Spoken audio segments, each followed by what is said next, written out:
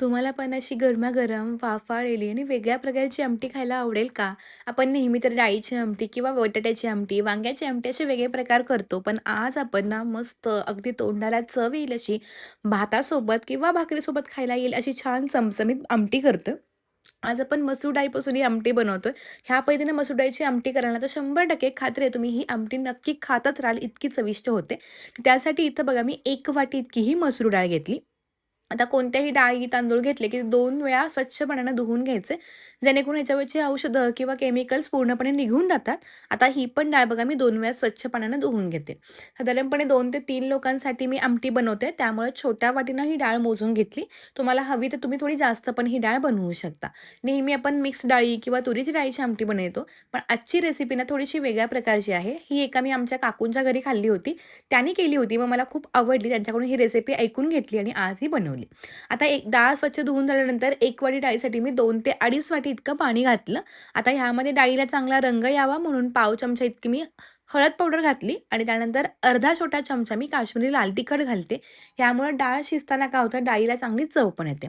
आता हे सगळं बघा चांगलं मिक्स करून घेऊ आणि झाकण लावून मध्यम गॅसच्या आचेवरती आपण ह्याला 2 शिट्ट्या काढून घेणार आहोत. आता ही जी डाळ आहे ना, ही पटकन शिजते. याला फारसा वेळ लागत नाही. फक्त डाळ मऊ शिजावी म्हणून आपण 1 चमचा इतकं तेल घालतोय. ह्यामुळे डाळ जी आहे ती कुकरच्या झाकणावरती किंवा उतू येत नाही आणि ती चांगली मऊसूत पण शिजते. आता 2 शिट्ट्या होतील, तोपर्यंत आपण एक सुकं वाटण बनवून घेऊ. त्यासाठी बघा एका छोट्या मिक्सरच्या भांड्यामध्ये मी 5 ते 6 इतक्या लसणाच्या पाकळ्या घेतल्या. त्यानंतर पाववाटी इतक्या सुक्या खोबऱ्याचे काप घेतले आणि आता हे ना आपण थोडंसं मोठं-मोठं असं वाटण जे आहे ते वाटून घेणार आहोत. यामध्ये अजिबात पाणी वगैरे काही वापर करत नाही. तर छान असं आपलं हे सुकं वाटण जे आहे ते वाटून तयार झालं. तुम्ही यामध्ये हवं तर हिरवी मिरची वगैरे वापरू शकता. पण फक्त मी लसूण आणि खोबऱ्याचं वाटण केलेलं आहे. वाटण छान तयार झाले. त्यानंतर कुकरच्या 2 शिट्ट्या झाल्या. कुकर चांगला थंडही झाला. आता झाकण काढून चेक करून घेऊ. डाळ बघा अगदी परफेक्ट अशी शिजलेली आहे आणि ह्यातल्या पाण्याचं प्रमाण ना खूप कमी होतं. त्यामुळे डाळ अगदी कोरडी-कोरडी झाली.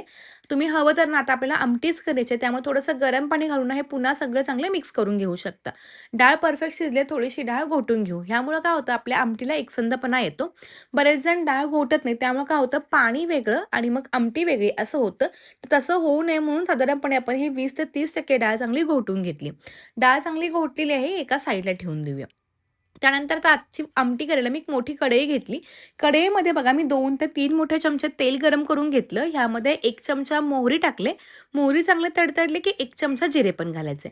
जिरे मोहरीची खमंग फोडणी आमटीला बसली की चव पण खूप छान येते. आता ह्यामध्ये ना आपण एक मध्यम आकाराचा चिरून घेतलेला कांदा घातला.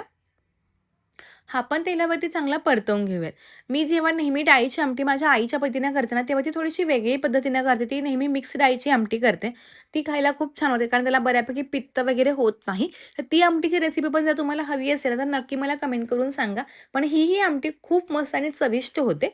आता ह्यामध्ये कढीपत्त्याची 5 ते 6 पानं, चिमूटभर हिंग घातला. सगळं बघा पुन्हा चांगलं मिक्स करून घेतलं. कांदा जास्त परतायचा नाहीये, थोडासा गुलाबी रंगावरती आला, की त्यामध्ये एक मध्यम आकाराचा बारीक चिरून घेतलेला टोमॅटो पण घातला. आता बरेच जण डाळीसोबत पण टोमॅटो घालतात, तसाही चालेल. तुम्ही जर डाळीत घातला नसेल तर वरतून घाला. दोन्हीपैकी कोणतीही पद्धत चालेल. आता हा पण बघा सगळा चांगला परतवून घ्यायचा. तुम्ही जर चॅनलवरती नवीन असाल आणि अजूनही चॅनलला सबस्क्राईब केलं नसेल, तर प्लीज चॅनलला सबस्क्राईब करून त्या फुल बेल बटनला क्लिक करायला पण विसरू नका. आता कांदा, टोमॅटो हे सगळं चांगलं परतलं गेलंय. टोमॅटोचा जो काही आंबटपणा असतो, तर तो पण निघून गेलाय. आता ह्यामध्ये आपण मगाशी वाटून घेतलेलं जे सुकं वाटण होतं, तर ते घातलं आणि ते पण सगळं चांगलं परतवून घ्यायचं. ह्यामध्ये लसूण आणि खोबऱ्याचा कच्चेपणा जायला पाहिजे, म्हणजे काय होतं आपल्या आमटीला ना मस्त असा छान सुगंध पण येतो. हे सगळं बघा चांगलं परतून घेते मी, जेणेकरून लसणाचा आता जर तुम्ही लसूण वापरणार असाल ना, तर थोडासा चेचून ओबड-धोबड पण वापरू शकता, जर तुम्हाला खोबरं नको असेल तर. आता हे सगळं बघा चांगलं परतलंय. लसूण आणि खोबऱ्याचा कच्चेपणा पण गेलाय. गॅस अगदी बारीक करून घेऊ. पुन्हा ह्यामध्ये पाव चमचा इतकी हळद पावडर, 1 मोठा चमचा कांदा लसूण चटणी आणि अर्धा चमचा काश्मीरी लाल तिखट हे रंगासाठी वापरलंय. लक्षात ठेवा, आपण आधी देखील काश्मीरी लाल तिखट वापरलं होतं, त्यामुळे तिखटाचा अंदाज घेऊन तिखट घाला. हे सगळं बघा चांगलं परतवून घेतलं. आता जे मसाले घातले ते खाली चिकटून जळू नयेत म्हणून थोडंसं पाणी आपण ह्यामध्ये ॲड करतोय. ह्यामुळे काय होतं मसाले खाली चिकटत नाहीत आणि उलटी मसाले चांगले फुलून येतात आणि त्याला छान तेलही सुटतं. तुम्हाला कोणत्या डाळीची आमटी खायला आवडते किंवा तुम्हाला कोणती डाळ जास्त आवडते हेही कमेंट करून सांगा. आता मला उसळीमध्ये म्हटलं तर मला अख्खा मसुरा खूप आवडतो. तसं तुमची आवडते कोणत्या एखादी उसळ किंवा डाळ कोणते हे पण कमेंट करून सांगायला विसरू नका. आता बघा हे सगळं चांगलं परतलंय, वाटण पण छान परतले, छान तेल पण सुटले म्हणजे त्याचा कच्चेपणा दोन्हीही गेले. आता ह्यामध्ये आपण डाळ घालून घेऊया. मगाशी मी तुम्हाला सांगितलं की डाळ फार कोरडी झाली होती त्यामुळे थोडंसं गरम पाणी घालून मी ही मिक्स करून घेतली. तर आता ही सगळी पुन्हा चांगली मिक्स करून घेऊया. आता डाळीची आमटी बऱ्याच जणांना खूप पातळ आवडते, बऱ्याच जणांना थोडी घट्टसर आवडते आणि मला ना थोडीशी मध्यम कन्सिस्टन्सी असलेली आवडते. फार घट्टही नाही आणि फार पातळ नाही. तर मधली आमटी जी असते, तशी दाटसर आमटी आवडते. आता आपल्या आवश्यकतेप्रमाणे ह्यामध्ये आपण गरम पाण्याचा वापर करू शकतो. फक्त लक्षात ठेवा, आमटी किंवा आपण जेव्हा वरण वगैरे करतो, तेव्हा त्यामध्ये जर पाणी वाढवायचं असेल, तर पाणी नेहमी गरम पाण्याचा वापर करायचा. त्यामुळे आमटीची जी चव आहे ती आहे अशी टिकून राहते. आता आपल्याला आवश्यकतेप्रमाणे ह्यामध्ये पाणी ॲड केलं. तुम्ही बघू शकता जास्त घट्टही नाही आणि जास्त पातळही नाहीये. मस्तपैकी सगळं छान असं मिक्स करून घेऊयात. आत्ता बाहेर ना थोडंसं पावसाचं पुन्हा वातावरण सुरू झालंय आणि ह्या वातावरणात गरमागरम अशी आमटी आणि सोबत पांढरा भात असेल तर आणखीन काही नको वाटतं. तर तुम्ही नक्की एकदा अशी ही मसूर डाळीची छान तोंडाला चवेल अशी रेसिपी ट्राय करून बघा. आता यामध्ये चवीनुसार मीठ आणि वरून थोडीशी कोथिंबीर घातली. पुन्हा सगळं छान असं मिक्स करून घ्यायचं आणि त्या गॅस मध्यम करून घ्यायचा आणि याला छानपैकी आपण 2 ते 3 अशा दणकून उकळ्या काढून घ्यायच्या. जेवढ्या उकळ्या जास्त तेवढी आमटी चविष्ट होते. लक्षात ठेवा जेव्हा कोणत्याही डाळीची आमटी करतो त्यामध्ये मूग डाळ किंवा मसूर डाळ जर असेल तर ती थोड्या वेळानं आपण केलेल्या आमटीपेक्षा थोडीशी दाटसर बनते. त्यामुळे तुम्हाला आमटी कशी हवी आहे हे तुम्ही बघा. आता हे पुन्हा सगळं चांगलं मी मिक्स करून घेतलं. आता याला छानपैकी उकळ्या काढून घेऊ.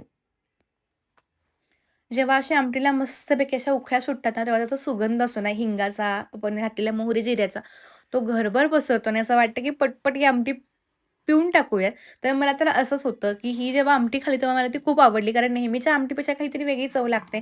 छान लागते. एकाच डाळीची आमटी असते. कधीतरी बदल म्हणून नक्कीच अशी मसूर डाळीची चमचमीत तोंडाला चव आणेल अशी आपण रेसिपी नक्की ट्राय करू शकतो.